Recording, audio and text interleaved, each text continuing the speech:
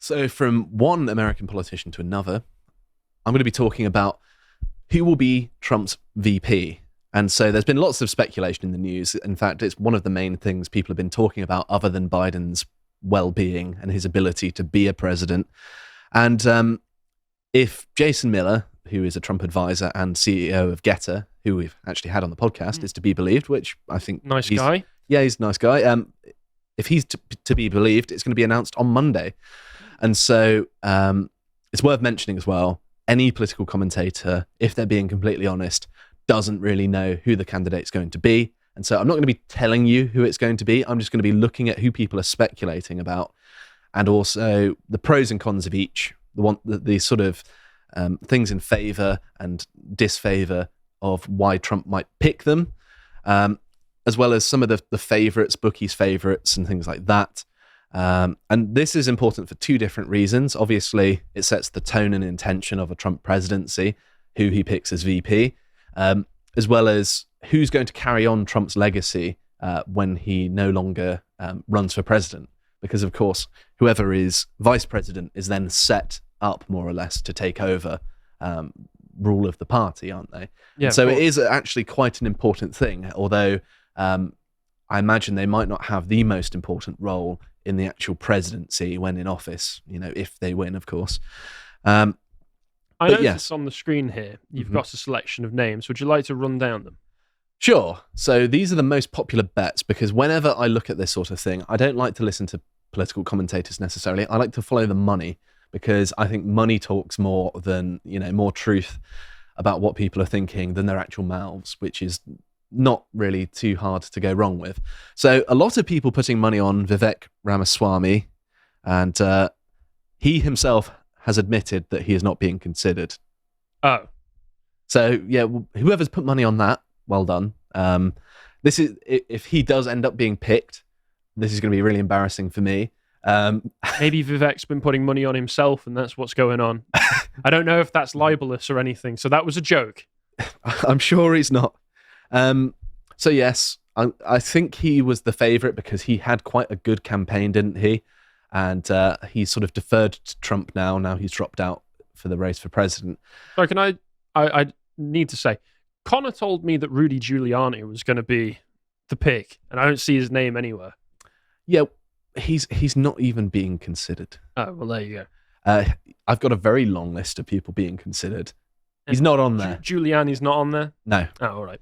Tim Scott, he is a South Carolina senator and a moderate.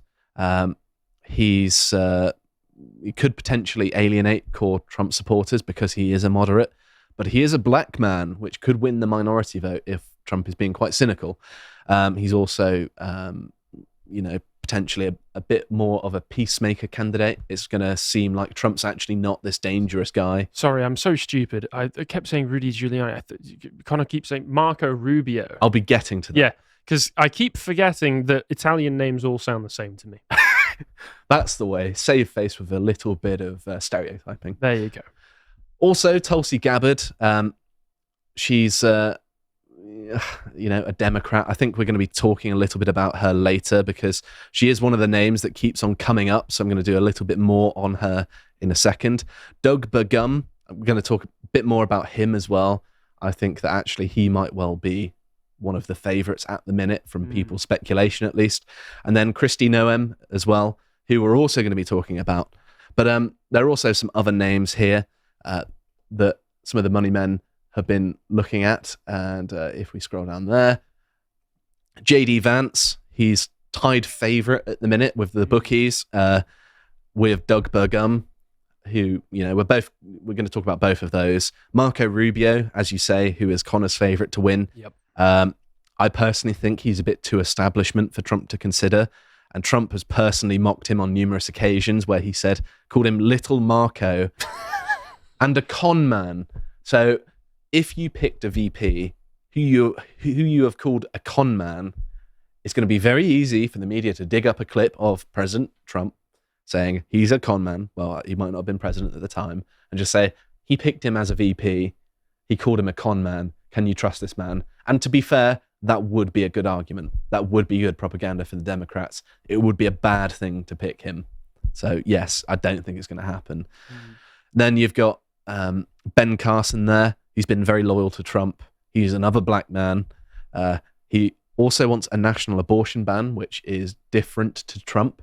I was going to say, as much as I would personally support that, I understand that in American, especially blue states, that's a very difficult sell. Yes, and I think that the worry would be that it would scare off potential swing voters. And Trump's personal position, I think, is that he wants to leave it up to the states to decide for themselves. So a sort of states' rights position, which I think that being one of the sticking points of the election is not potentially a good pick, but he's still someone worth considering. Maybe they can overcome those differences there. So there's also a very large list here of pretty much all of the people you can bet on that are in the running. And I'm going to go through some of the picks because there are loads here, right? But I picked out some of the names that I think are interesting. Mike Pence. Why are people putting money on that? Of course it's not going to be Mike Pence. Mike Pence literally stabbed him in the back. Yeah. I mean, not literally, but metaphorically stabbed him in the back. Come on. He literally metaphorically stabbed him in the back. Robert Kennedy Jr., I can't see that happening. He's talked about reparations for black people in America. I think extensive gun control as well. Yeah, I don't think that's palatable whatsoever for any Republican voter, and I personally don't want to see him anywhere near the White House.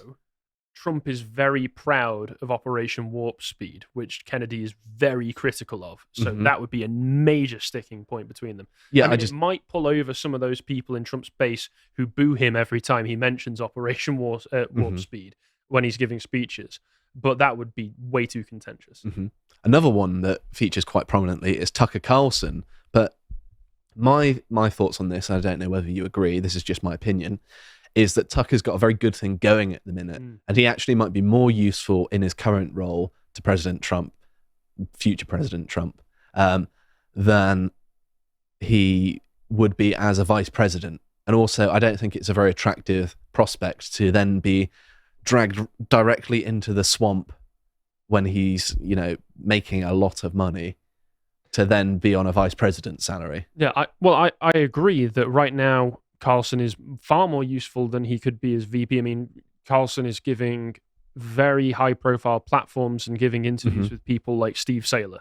Yes. And so he's far more useful as a tool for getting those sorts of people out there than he would be as vice president, where he wouldn't be able to do that. I think the sort of out of the ballpark point for me on Tucker Carlson would be that he might potentially upstage Trump, and we know that won't be very appealing to Trump because he is a big name in his own right and he can stand on his own 2 feet. He doesn't necessarily need Trump.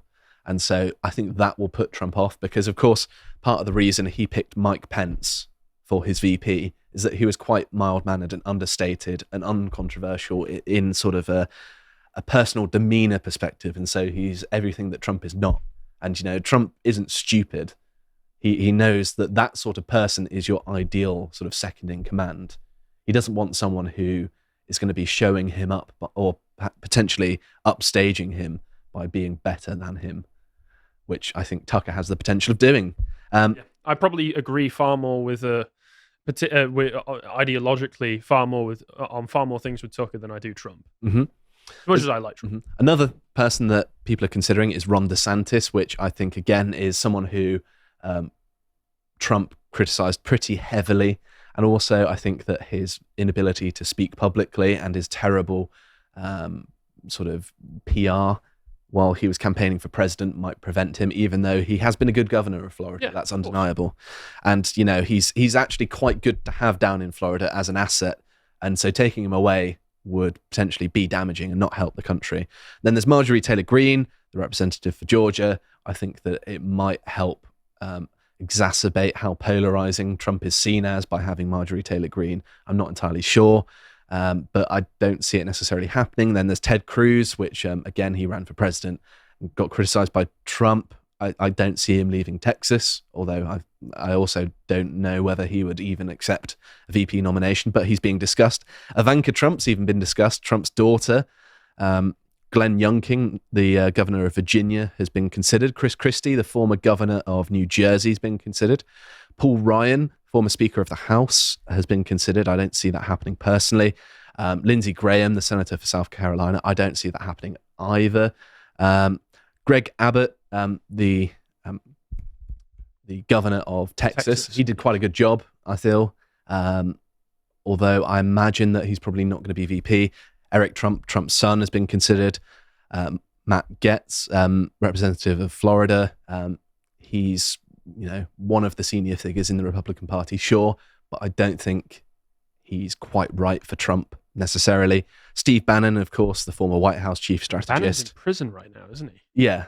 So that's going to be difficult. Bit difficult, yeah. I don't see it happening. Also, for some reason, people are speculating that Mitt Romney, the senator for Utah, who also lost to Obama in 2012, I think everyone knows who also is a never-Trumper. He is, yeah. So I don't see that happening whatsoever. I don't even know why he's being considered. Josh Hawley, senator for Missouri, is being considered, which is possible. He's up and coming, I think. He's got good credentials behind him. And then two candidates that two candidates that are on the betting slips, but I don't think are going to get it. Candace Owens and also Kanye West. And I've grouped them together because I don't think they're going to be accepted for one reason, and that is Trump's opinion on Israel, which both of them not big fans. Also, Candace has been getting very spicy on Twitter recently. Mm-hmm. So that's not going to happen. And let's not forget, Kanye West did go on InfoWars and explicitly say that he in a moment of absolute insanity that made Alex Jones cringe and go straight to commercial, said that he loves Hitler. So I think when Trump's constantly battling the OMG, he's the American Hitler narrative, neither of those picks would be great. Yeah, for his PR. I like that they're on the ballot, though. Why not? Why not put them on the slip for betting?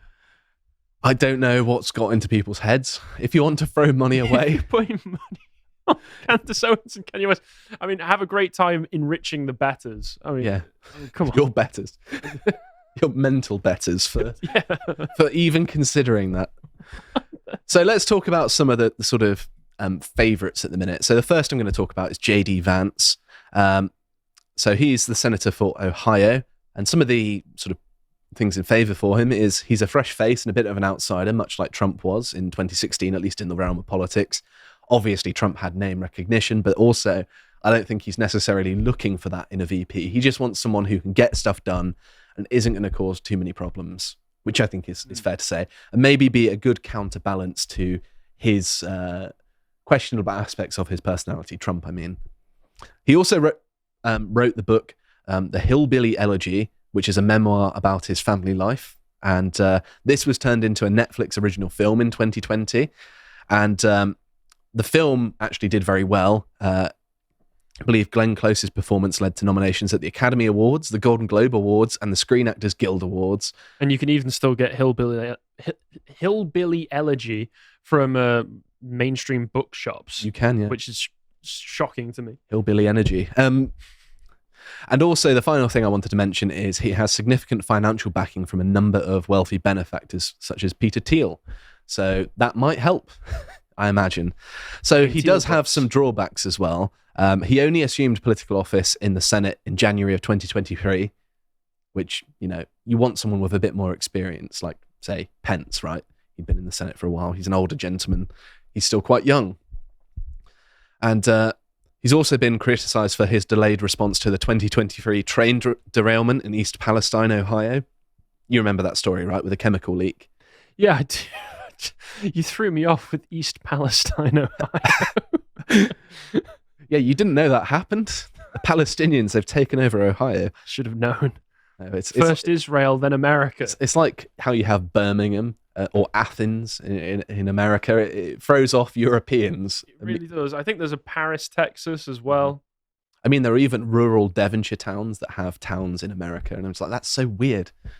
And the towns are bigger than the original. Anyway. Tangent. He also did put through a bipartisan bill to prevent further train derailments from happening, so he might have scraped some of his dignity back there. But he did work for CNN as a contributor in 2017, which might be a black mark against his name. Obviously, Trump voters don't like CNN. My goodness, I don't need to tell you that. And also, some of Trump's financial backers don't like him, which might be, he might be overlooked as a sort of business decision more than anything else to make, the money work, because obviously Trump's losing money being in the campaign, so he does need some financial backers.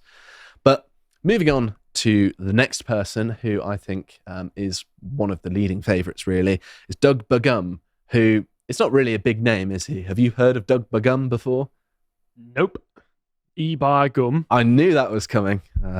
There we go. But he is the governor of North Dakota. Played right into your hands. He did. Yeah, too predictable, Harry.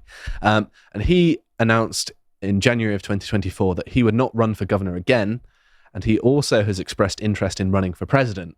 So his interests seem to be aligned here with Trump's, in that if he were VP, then he would be the favourite to take over from Trump afterwards, right? I know it's only in your notes, but I'm sure it's $100 million, but you've got his estimated net worth as $100. He is worth more than $100, but that was just to jog my memory, all right? I know it's $100 million. I prepared this yesterday. But yes, his estimated net worth is $100 million. Not $100, as Harry seems to think. He spent his last pennies on that suit. But this is from his tech and venture capital companies. And so this might be potential evidence to suggest that he's harder to buy. Of course, this is not a guarantee, but it might be promising. This is one of the appeals of Trump, is that he was already a billionaire. He doesn't necessarily need to bend over backwards for all the money men, because he can fund himself. And Burgum agrees with Trump's position on abortion, that it's up to states to decide. He's very pro-gun rights, which is, positive for Republicans, right? He also deployed the Texas National Guard to the border with Mexico a number of times to assist Texas in preventing the illegals crossing, which is obviously good. And it shows that he's a sort of team player. He's not just out for himself. And also, since dropping his presidential aspirations, he's endorsed Trump and has been campaigning for him, which probably helps. And he's pretty mild-mannered and low-key, which would not steal away attention from Trump, which I feel like is quite similar to Pence. And this, I think, is why he's probably one of the favourites, because he seems like a similar sort of candidate. And Trump has said he's going to be an important member of the next administration. He just hasn't said what position. And also in an interview, Trump later said he would be very good as vice president. So he's got a ringing endorsement from the guy himself. Yes. Which is probably why he's considered one of the favourites. Makes sense to me. Mm-hmm. However, there are some cons. He set a goal for North Dakota to be carbon neutral by 2030. Of course, 2030 is a very significant year if you know anything about the World Economic Forum, as well as carbon neutrality associated with that number. That might raise some red flags with some people. However, he wants to keep the fossil fuel industry going, but he just wants to develop carbon capture infrastructure. But that's obviously not going to be popular with the Republican base. And I also think it's a bit silly. It shows that he perhaps doesn't know what he's doing. He has described Republican platforms on LGBT issues as divisive and divisional, which is the same word said two different ways. However, he did sign a bill banning so-called gender affirmative care for minors. Okay, so maybe if I give the benefit of the doubt there, if he's somebody who's going to come out with moderate rhetoric but actually do what needs to be done with the legislative, then that's one thing. But I hate the it's divisive. These people who want to pervert your children, you need to be moderate with them, because you don't want to be divisive, as if they're not the ones being divisive by putting it on the table in the first place. It's like George Bush coming out and saying, actually, I do negotiate with terrorists. Some of them are good people. Which Jeremy Corbyn did say in the UK. But anyway, that is Doug Burgum. And then let's have a look at Tulsi Gabbard, who I personally don't think is going to be considered. She is the former representative for Hawaii. She is a woman and an ethnic minority, if that matters to you.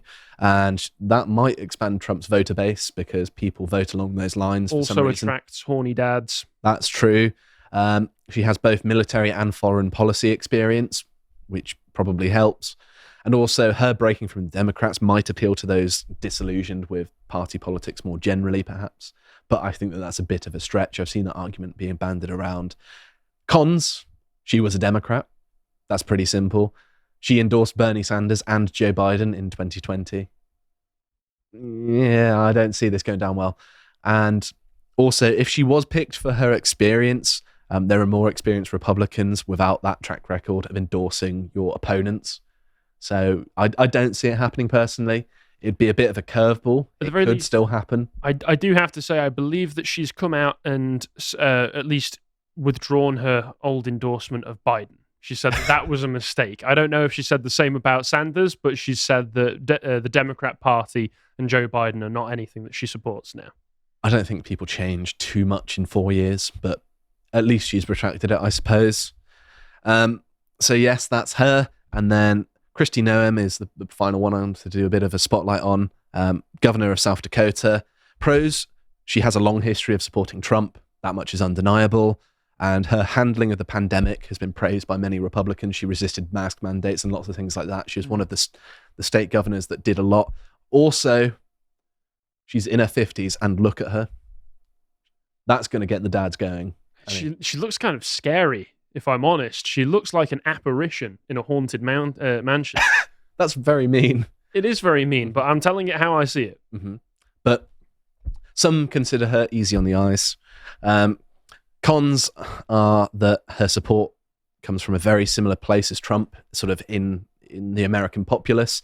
And so if he wants to expand his voter base, there's so much overlap there that might not happen with her as a VP pick. She also got criticised for admitting she shot her 14-month-old dog because it was aggressive and couldn't be trained in a recent book, which she got a lot of flack for. People like dogs. Killer. And even though I understand, I know farmers, I know, like farm dogs and things like that. I understand why she did it. It's going to... Making excuses for dog shooters now. I personally wouldn't have shot a dog. By the way. To be clear. But it's obviously going to put a lot of people off because people like dogs. People don't like shooting dogs. And if people look at her and think she killed a dog, what's she going to do to us? What's this haunted lady going to do to me? Is she going to phase through my wall and strangle me in her sleep? My sleep, yes. I should say. She's dreaming of you, Harry. Dreaming of killing you. Well, if she killed a dog, maybe she is. She hates you in particular. But here are the candidates. That's all of them, pretty much, that I think are in consideration. It's probably going to be one of the people I've mentioned today. I don't know which one. It's for you to make up your mind and speculate about. I don't know what you're thinking, Harry. Insightful as ever. But yes, I think it's going to be a very, very important thing, actually. And because we know that Trump's not going to run another term after this, that this is going to set the tone and tenor of American politics for a considerable amount of time. And so all eyes are going to be watching who Trump picks. I hope you appreciated that segment from the podcast of the Lotus Eaters. And if you want to see what else we're up to, you can follow Connor's series, Tomlinson Talks, this one about how to prevent population collapse with Paul Morland. And if you want to see all of the other work we put out, we always post links to our Twitter. Thank you for watching, and goodbye.